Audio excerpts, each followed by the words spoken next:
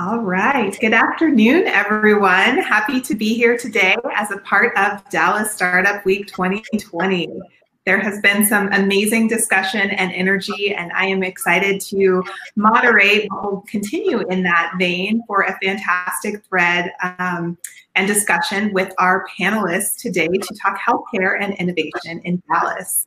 So I want to introduce you first to our three panelists that we'll have for a discussion around the things that they are doing within their organizations that are innovative ways to support our community, our colleagues, our members, our patients for all that's necessary to improve health journeys of all types. And so we're going to hear from them for a little while. We'll save the last little bit of information, of time in our panel for Q&A and information and questions that you guys may have. So with that, I am going to introduce everyone. So I will start and just say thank you for having us. My name is Summer Wright Collins. I am the Associate Vice President for Design and Innovation at the C1 Innovation Lab.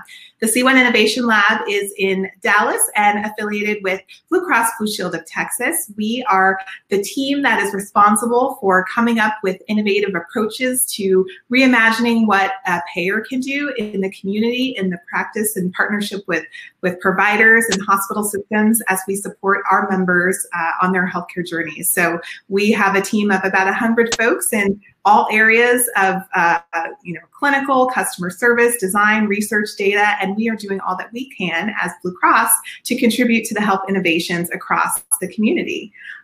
We also have, as a part of the panel, Vidya Ayer. Vidya is a Director of Social Impact for Parkland Health and Hospital System and leads high-impact interventions to address social determinants of health, committed to health equity, improving the lives and livelihoods of the disadvantaged, marginalized, and vulnerable populations. She provides strategic oversight to Parkland's community outreach investments, promotes innovations in data analytics, and mobilizes a team of community health workers to drive an integrated approach to population health management. And we are so happy to have you, Vidya, on the panel this afternoon.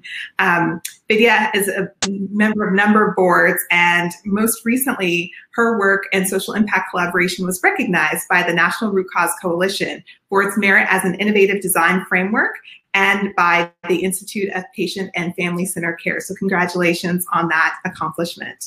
I'd also like to introduce you all to Laila Alcaresh. Laila has been busy in a tremendous career advising departments, firms, and cities on organizational performance matters, ranging from strategy planning to performance reporting.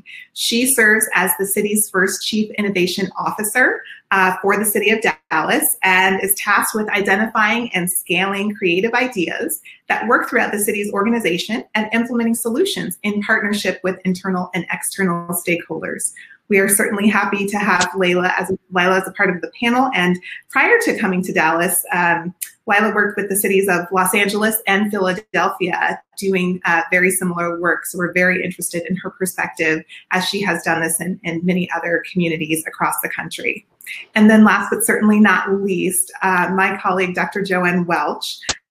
Joanne is a board-certified pediatrician with 15 years of direct patient care in emergency pediatric medicine and urgent care. She earned her medical degree from Howard University College of Medicine and completed her pediatric residency at Sinai Hospital of Baltimore. She has additionally earned an Executive Master of Science in Healthcare Management and Healthcare Leadership from UTD Dallas and maintains certification in Healthcare Quality Management with the American Board of Quality Assurance and Utilization Review Physicians. Dr. Welch is also a fellow of the American Academy of Pediatrics. Dr. Joanne Welch is our Executive Director at the C1 Innovation Lab, and through her remarks as well, you'll hear more about what we do and the team that she leads within the C1. So ladies, very happy to have you all on the panel. We are going to start with just a few intro questions so that the audience can get to know each of you and learn a little bit more about your point of view. So Laila, I recognize that you are without video for the moment, but we're going to imagine the most impressive and incredible a face and ask you to just use your audio to answer this first question, which is, what are the capabilities, specifically as you think about the city of Dallas and what you all are building? What are the capabilities and approaches that you all are doing to support health and well-being for the city of Dallas? Well, thank you, Summer. First, let me appreciate the opportunity from C1 Innovation Labs for the invitation to be part of this great panel this afternoon, and a very timely one given the pandemic that continues to impact our region. So, Summer, as you mentioned, it's been my honor to lead innovation for the past year and a half here for the city of Dallas. The city may not be the first place you consider for your health and your well-being needs, but it can play an important part in access. It's our role and responsibility to bring programs to residents that can really help improve their quality of life. And that includes physical spaces that we manage, like streets with bike lanes, recreational centers with sports activities that really contribute to overall health. Now, having said that, the city is not a public health expert, and we do rely on partners that have unique capabilities and experience to support health and well-being. So these include organizations and entities from Dallas County that serves as our official public health authority, to community health clinics to support health of the entire body, meaning not just physical health, but also mental and emotional health. We know that those latter categories around mental and emotional health can really weigh on a person's physical health. So, for example, for many years now, the city has supported nonprofits for mental health assistance, senior care, youth programs. During the pandemic, the city has used innovation through data and design to expedite the delivery of critical needs like masks and food. In the fall, we'll be launching a financial navigators program with coaches to help residents kind of think through tough financial decisions they may need to make for their household budgets, and could be contributing to financial and mental stress in their lives. So as you can tell, we use a very broad, inclusive definition of health and well-being. So really, to tie it all together, I think the core capabilities and approaches we use is really an understanding of what the city has access to and where we can excel, and knowing when to step back and really let our partners, like my fellow panelists here, kind of lead and amplify their unique voices and expertise around health in the community. Thank you, Lila. That's so great, and I love the diversity of the different things that you're doing. That actually connects to the next question that I'm going to ask Vidya you to comment on, which is, health journeys are very interesting, right? They're so unique and personal to each one of us, and yet there are things that we see by way of trends in the community and areas around us. So as you serve in your role at Parkland, how does your organization address both in terms of those individual roles and journeys and the community? Yeah, Summer, thank you so much for that question and for the lovely introduction. I'm so excited to join everyone on this panel today. I think it is a unique vantage point that Parkland has in the community. We are the safety net provider for Dallas County, and as such, have served in that capacity from a population health management perspective. I think even during the time that we're in right now, looking at things from a broader scope and looking at communities as defined by geographic locations, and really delivering population health out into those communities. And when I say population health, we're looking at public health and prevention on a broad scale. But at the same time, it is very important when we start looking at patient care to do a patient-centered approach to care in every practice and process that we undertake. And so we like to say that we deliver population health one patient at a time, looking at holistically what are all the needs and capabilities that we have, resources that we have to provide that patient. And that really comes into play when we look at the social determinants of health. When we say social determinants of health, which really translates into other barriers, systemic issues, and health inequities that exist in our community, such as barriers or access. Layla just mentioned food access. So food insecurity obviously would play into the fact that someone's health may be adversely affected by lack of access to proper nutrition.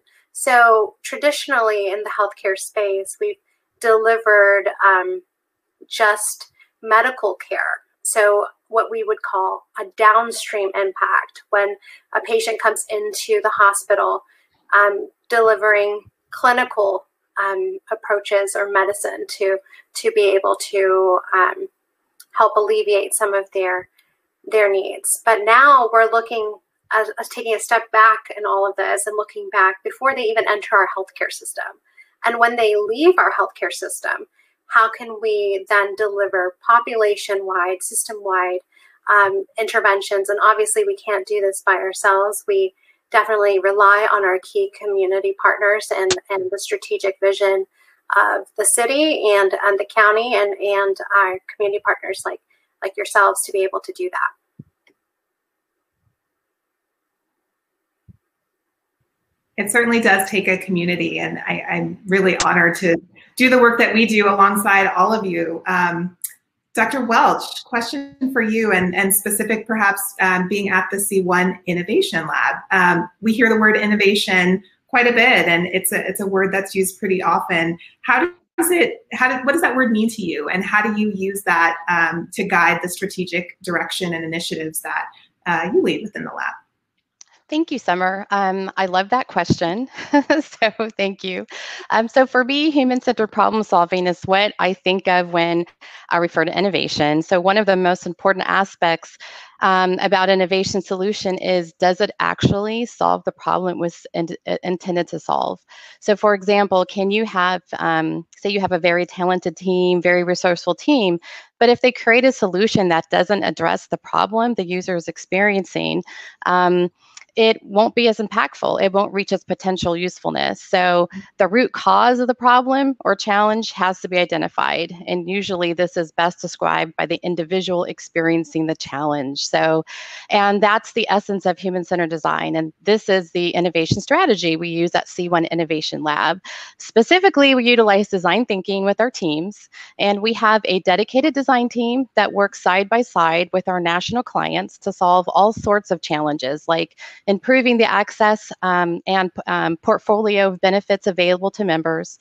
Or it could be initiatives that my team works on. I lead the operational performance team at C1, and we're unique in that we have a cross-functional team. And this means that we're made of talented clinicians, behavioral health specialists, and customer service specialists. We work side by side, now virtually, but when we're not virtually, we work together in 6-person pods, and we closely collaborate to advocate for our members as they go through their healthcare journeys. So our teams leverage the insights from these members' interactions, and they identify challenges and barriers, which we then turn into opportunities. We go through the design thinking process, we ideate and identify solutions that we pilot within our teams. So bringing this back to what innovation means to me is, innovation is finding solutions that are designed to remove the barriers and challenges that prevent the populations we serve from obtaining their health potentials. And we do this all in the lens of improving our members' outcomes, engagement, healthcare journey experience, and trying to impact healthcare affordability. That is impressive, and I think in combination with what we've heard from the City of Dallas and Parkland, I mean, it's going to take a force to make the changes that we want to see in our community, and you ladies are a fantastic representation of that. So for the next 20 minutes or so, just so that the audience is aware, we're going to talk through some more specific maybe examples of innovative projects and opportunities that you all have been a part of in the city. But I do want to note that if you all have questions, that you can continue to submit those through the chat. We may try to pull those in throughout, and we'll certainly allow some time at the end to address those. So feel free to send those as we talk. But to kick off kind of our discussion here, Lila, I'd like to bring, you mentioned, the fact that the collaboration and partnerships is such a key element for you in your role at the city. How do you think that public and private partnerships, or partnerships between, academia, startup community, you have a really diverse audience here today. And so how would you say is the best way to collaborate to improve life for our community members, to address those really key milestones in health journeys to this group of folks listening in our conversation today? That's a great question, Summer. And I think from my lens and where I sit in city governments, partnerships are absolutely imperative. It is not a sector that is resourced to solve the challenges at the scale that our residents face. And at least for innovation, the team in the city, we're very thinly resourced for the mission we have. So some of the principles we ground ourselves in is really around collaboration and those cross-sector partnerships. So I can offer a few examples in how we've done that over the past year and a half. So last fall, we actually partnered with the Communities Foundation of Texas to launch the city's first crowdsourced food idea challenge. I know Vidya mentioned this earlier about the importance of nutrition and health and well-being. And the goal of the challenge was to identify non-traditional ideas of increasing access, reducing food waste, and reducing the cost of fresh food. And those ideas were really driven and created by the community. Last year, we launched a data collaborative where we worked with city departments and higher education institutions across the country on specific departmental data challenges that included questions around sustainability. So that's a partnership we had with about 7 different universities here in the DFW region as well as nationally. And then this year, speaking of the startup community, we just launched this last week. We have a new product that we partnered in with Code for Dallas, Tech Teen, our 311 service to launch the city's first Alexa skill called Dallas 311. So if you have an Alexa home assistant, or if you shop on Amazon and have the app on your phone, you can actually download the skill and ask questions about your trash day, the watering day, the closest COVID test site, and more. So again, we partner across the various different sectors to really drive impact and scale across our work. And most recently, and more in line with what we were talking about today about health and well-being, is we have partnered with city-affiliated COVID test sites here, food nonprofit, local foundations, healthcare providers, to launch, quote unquote, our safer at home food recovery kits. And those are designed for those who are self-isolating and healing in their home from the symptoms of COVID-19. It offers a 2-week supply of fresh food and produce. It's delivered through contactless delivery and really helps you, again, self-isolate and concentrate on the healing process without having to go out to the grocery store and get those essential items that you might need. So everything that I've described, thus far has been in partnership with at least one partner, at least one entity that is in a different sector in which we operate in as a government. And I really don't think there's any way we would have accomplished what we have in the short time span that innovation has existed without those wonderful partnerships. Those are fantastic examples. I know oftentimes there's an association of technology equating to innovation. And I think, without actually serving a purpose, technology, it has to have a higher reason for being a part of a solution. And the examples you gave are a fantastic integration of technology in a way that is going to really support the needs of the community. So thank you for that example. Just a really quick follow-up, I'm seeing a question here. So in terms of our panelists, we have Lila Alcaresh, who is our Chief Innovation Officer at the City of Dallas. We have Vidya Ayer, who is our Director of Social Impact at Parkland Health and Hospital System. And we have Dr. Joanne Welch, who is our Executive Director at Blue Cross Blue Shield C1 Innovation Lab. And so, Dr. Welch, I'm going to ask you to follow up and just, kind of share as a point of inspiration for all of us, where you perhaps draw your sources of inspiration and innovation from to fuel you in the work that you do. Sure, thanks, Summer. Let's see, innovation is seeing what everybody has seen and thinking what nobody has thought. So I think that quote sums it up pretty well for me. I'm obsessed with finding ways of doing things. So whether it's in my personal life or professional life, I've always been one of those people who ask, why do we have to do it that way? And I acknowledge and respect rules and traditions, wisdom and experience, but I don't think we have to be restrained or constrained by them. So we have to think differently. We have to mash things up, take risks, and constantly ask, why not? I think that's why I love working at C1 Innovation Lab, because I get to think outside the box every day. I love that. And I work with a team of very talented individuals who also find solving problem solving and asking why all the time exhilarating and not exhausting, although sometimes it can be exhausting. I spent half of my career as a practicing physician, and I adored all the patient interactions I had when I was on the front lines. I gained a lot of insight from interacting with my patients, and working in emergent care and urgent care. I saw firsthand the struggles that patients have in the community and trying to obtain continuity of care, access to care, quality care. Now I'm in a role which I can continue to make an impact on their health with solutions that help improve barriers for individuals, many of them we've spoken about right now. And we want everyone to obtain their health potential in our communities. So it's not just the direct patient care. Now I get to work with a team that looks at all of the factors that influence health, socioeconomic, educational, environmental, and we can get to help them have a better healthcare experience. So it's rewarding and challenging at the same time, and that's where I get my inspiration from. Yes, I think that's, it's amazing. And when you stop to do that and really force yourself to think in a different way, it's powerful, the things that can come out of that type of mindset. So thank you for sharing that.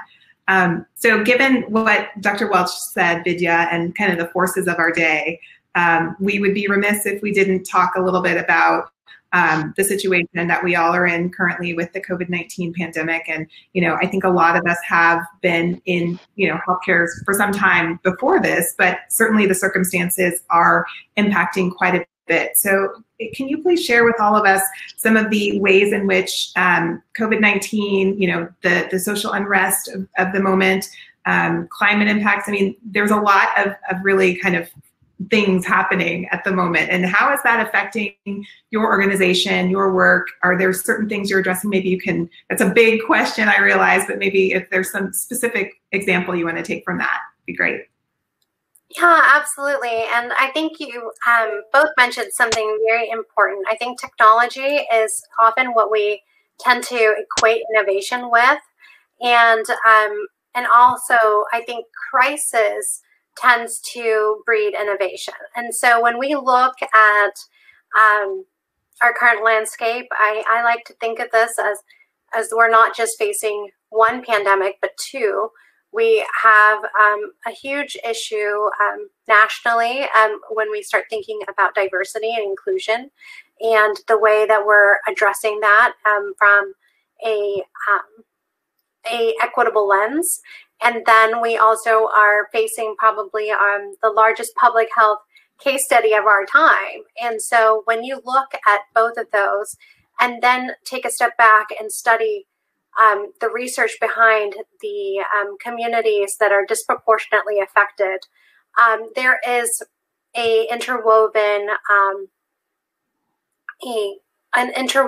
systemic issue that we in healthcare have witnessed and seen over time, and especially from a social determinants of health perspective, a public health perspective, but it has really elevated the conversation to social disparities and healthcare specifically.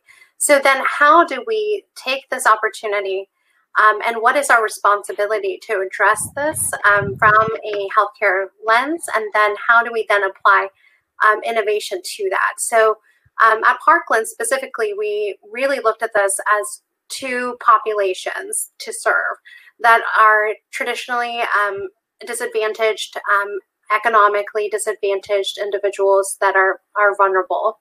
And then you have the second population that during COVID is especially susceptible. So you have your elderly and your nursing home population, your incarcerated population, and then looking at how can we then apply technology, tools, and innovation to be able to serve these two unique communities. And so during this time, we've created a couple of different interesting processes. And I think, of course, relying on our community partners is one thing. So Parkland has a partnership with PCCI, which is our Parkland Center for Clinical Innovation, which in 2012, they started as a department within us, but they branched out to becoming their own nonprofit. But they use data analytics in a very creative and innovative way.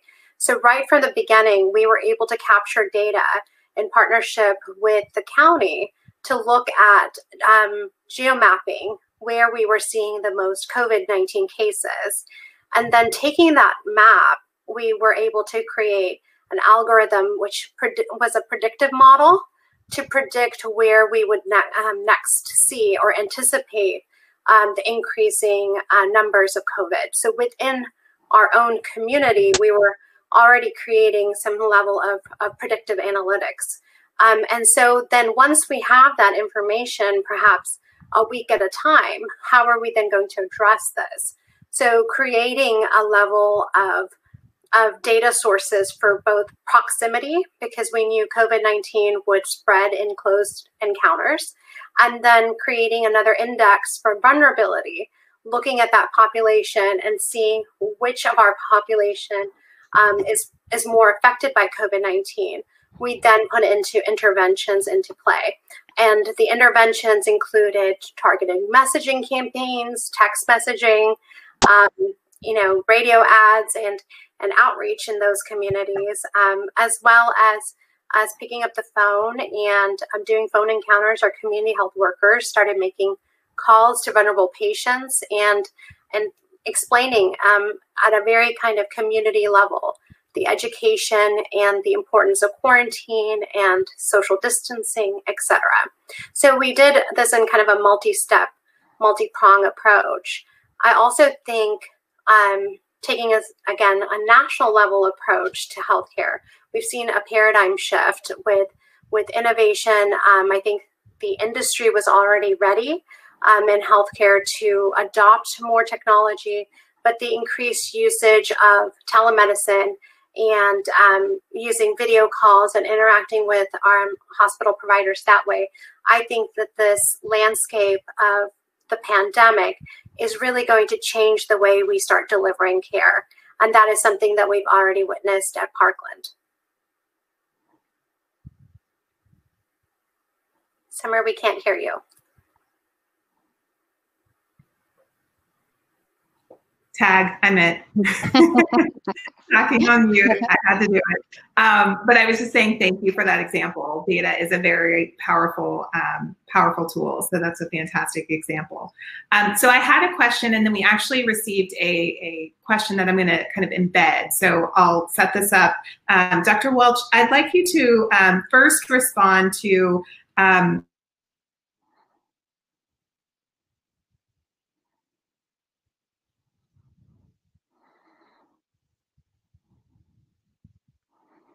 Yep, I guess like we have a little bit of a glitch. We'll give Summer about a little bit to come back.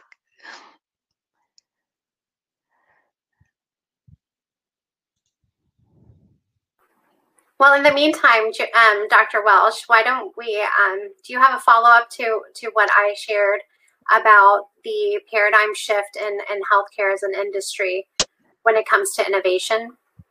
Yeah, absolutely. I think it's really interesting to think about, and just kind of looking at the challenges that our members are facing. For example, ED utilization is one thing, right? ED utilization specifically for pediatric patients is way down. For our numbers, for our accounts is almost 60% down. So it's huge. So we actually were going to work on a project to decrease ED utilization for our members that were going to the ER for non-emergent or non-urgent reasons. And now we don't need to do that because COVID has done that for us. But unfortunately, we have to kind of look back or look at it and say, why are these people not going? Where are they going? Are they getting healthcare? So, it's great that ED utilization is down, but what are those after effects? So, and it's trying to predict what the needs of patients are going to have after. Who knows what the new normal will be, but after this pandemic is not the focus of our lives anymore. Will the patterns return to the way they were pre-pandemic, or will there be a new shift? Are people are they utilizing telemedicine it appears that a lot of patients are utilizing telemedicine, especially at the height of when doctors' offices were closed, when there was serious access issues, and even now there's still access issues. So where are patients getting care? We found that patients aren't going to the ER for things they should, like chest pain, for example. And is this causing a unintended increase in morbidity and mortality in patients who maybe have a heart attack or have stroke symptoms? So I think we're going to have to address all of these as a result of the paradigm shift. Are you back, Summer? I believe I am. Can you guys hear and see me now? Yes. Okay, good. Okay. Well, yeah, learned a lot. Thank you guys for yes-anding each other and sharing that perspective with our audience. We do have some questions about partnerships. So knowing that we have entrepreneurs in the audience, folks that are very much interested in passionately making change, what guidance would you give in partnering with larger organizations? And maybe we'll start with Layla, if you could respond to that, and Dr. Welch and Vidya, please chime in as well. I know all of us, partnership and collaboration is key to our success. So please, Layla, why don't you begin with your response to that? Sure, thanks, Summer. I think probably the city is not the first place that a lot of entrepreneurs think about in partnering with different entities or different sectors, because traditionally we have this reputation of not being easy to do business with the city. And especially if you are a young company, a startup, it's that much more difficult to fill out the paperwork and show that track record of what you've accomplished so far. I often describe the innovation office within the city as an intrapreneur versus an entrepreneur on the outside, because we are always challenging kind of the norms of how we deliver services and really trying to think about elevating our service levels and our program delivery in new ways. So if you're a public servant and have been that way for your entire career, it's really difficult to sometimes establish and think outside of the box, like Vidya mentioned earlier. So some advice that I would offer is, and this is one of the things that we are in the midst of establishing, is programs that really invite entrepreneurs to the table, like the Alexa skill project that I mentioned before. So if there are opportunities, unique skill sets, and you see an opportunity to connect with some of those projects, really kind of lifting yourselves up and connecting with the innovation office, for instance, so we can better understand what that landscape looks like. Because often what happens is we know all of the big players, whether you're a developer, you're in construction, some of those more traditional programs, but we won't always know who exists in the entrepreneur space. And so one of the programs we've established is the Civic Good program. And that is a free technical volunteer program with the city where we invite people who come from other sectors to really sit with us at the table and solve a problem, whether it's around design or data or process improvement. And so that gives you kind of an inside look at what's happening in city government. It might help you get your foot in the door with a better understanding of exactly how the city operates in a different way than what you see on a website. And then also gives you maybe a track record of a project you've worked with the city. So that's one example of an initiative that I think could be helpful for those younger companies, again, that is still trying to build up and get that portfolio a little bit stronger. That's great. Vidya, Dr. Welch, any yes hands to that as well? Yeah, I mean, I think I echo everything Layla said, and I think also in addition to that, knowing that your community and the organization, especially the culture of the organization, their goals, missions, business plan, knowing what areas of the business are vulnerable to disruption, like healthcare is very vulnerable to disruption right now. And if they have any other resources, like shared resources, sharing data, workspaces. We at the lab, when we were opened for our on-site team members, we had a beautiful facility that we welcomed our academic partners, our community partners to come and collaborate with us. And it was a great way to get to know different teams or different startups, different other organizations and what they were doing, and to align in some of our initiatives. So I think as far as the community, attending local events like this one is perfect. Serve on boards of directors, nonprofit organizations, and just really, seek opportunities that are aligned with your passions. You're going to be working really hard, so you want to make sure whatever you're doing, you absolutely love it. So that would be my advice. Yeah, I echo both of what Layla and Dr. Walsh said. I think when you're talking about large systemic issues and then innovative approaches from smaller startups interacting with very, very long, traditional, big institutions, I think we need to be mindful about creating space.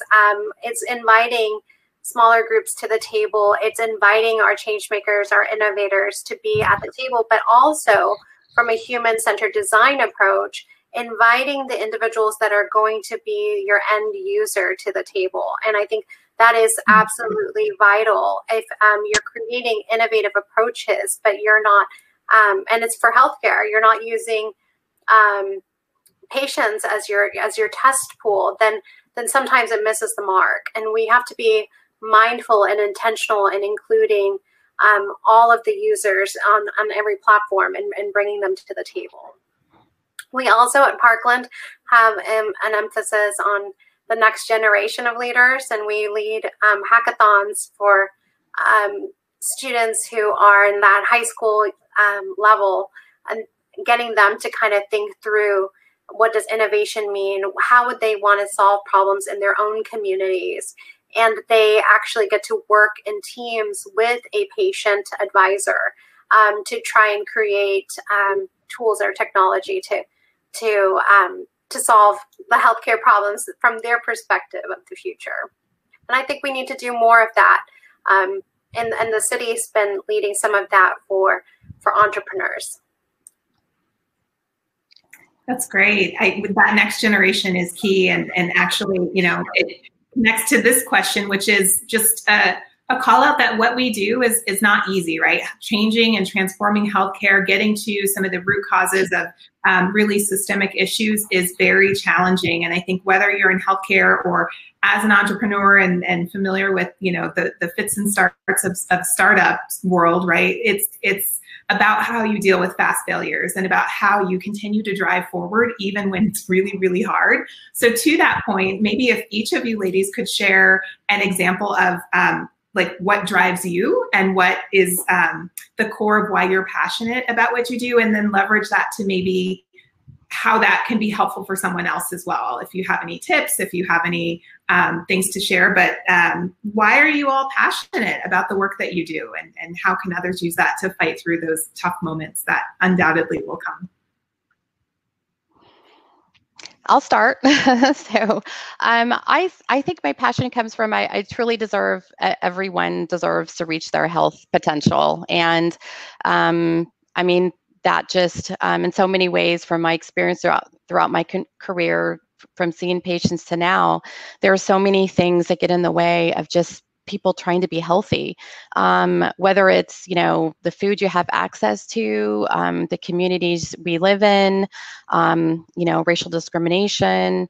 There's so many things that just impact our health. And for too long, we've been addressing it with this kind of singular, what happens in the doctor's office. And although I loved my experience in the doctor's office, and one thing I really miss is that every time, no matter what kind of bad day I had, I was a pediatrician, so walking into a child's exam room always made me smile. So that's one thing that I really, really miss about direct patient care, but still get to have that impact on the members and the communities that we interact with. So I think, just trying to, on a larger scale, trying to impact their healthcare journeys and trying to help them get through some of the barriers outside of what happens in the doctor's office that's preventing them to be healthy and happy.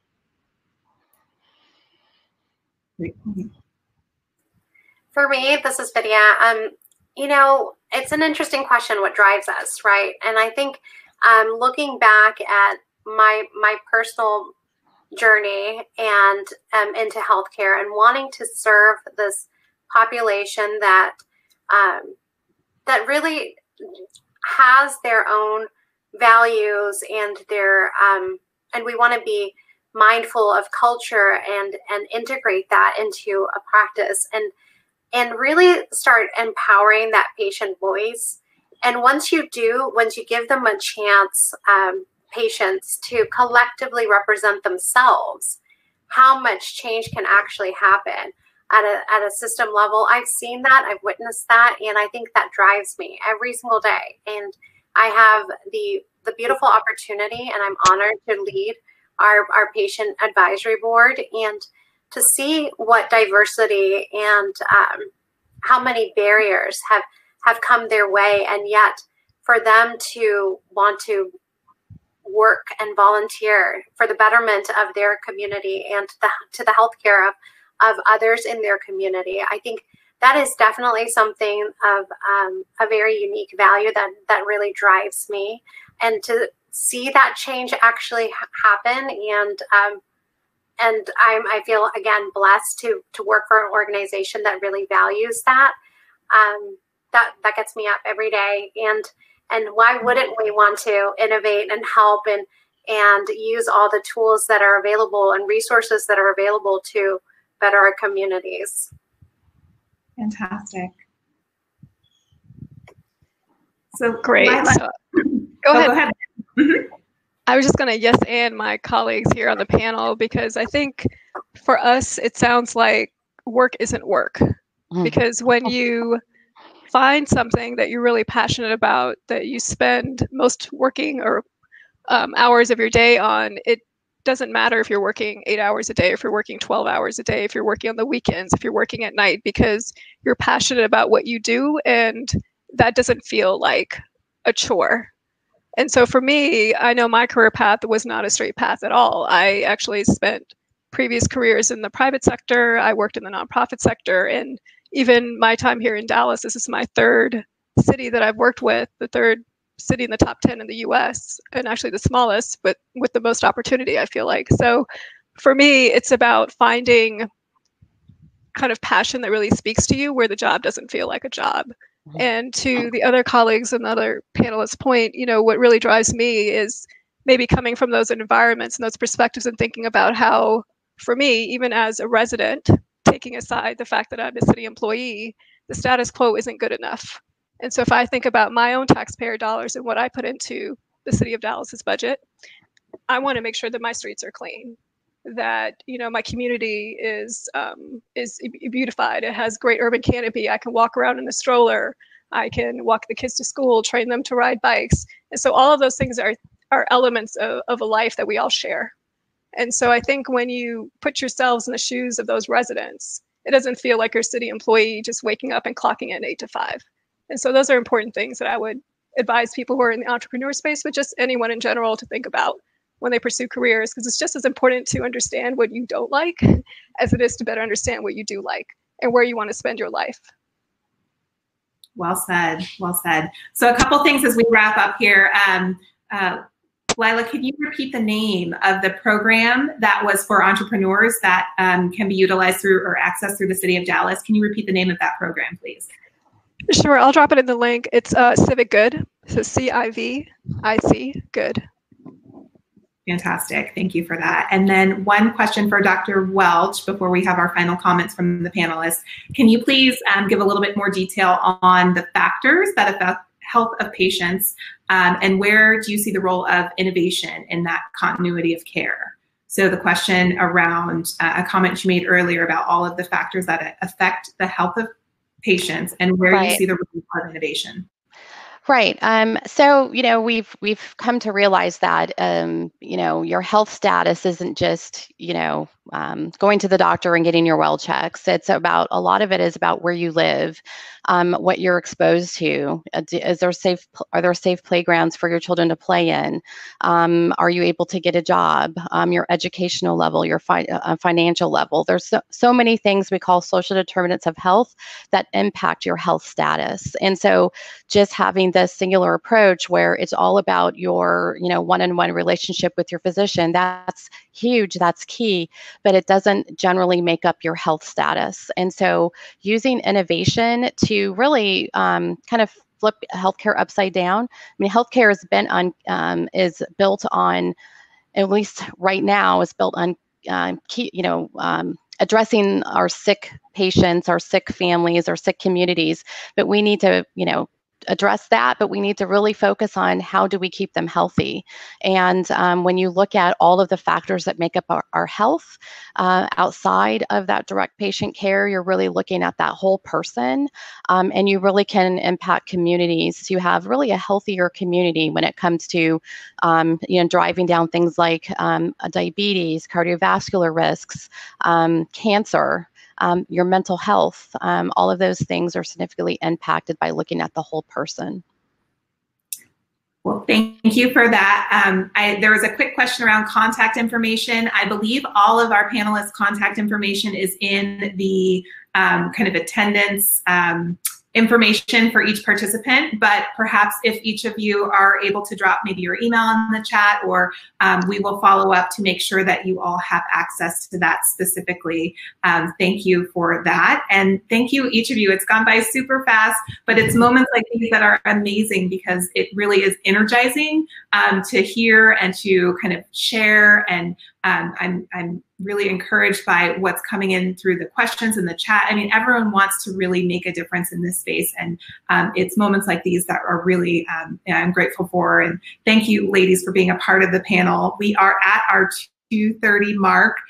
So if there's anyone that has any last comments, otherwise I want to thank obviously the DEC Network and all of you for participating in Dallas Startup Week 2020. So much more great content to go, and I just feel incredible after spending the last 45 minutes with each of you. So Vidya, Lila, Joanne, thank you all so much. Thank you, Summer.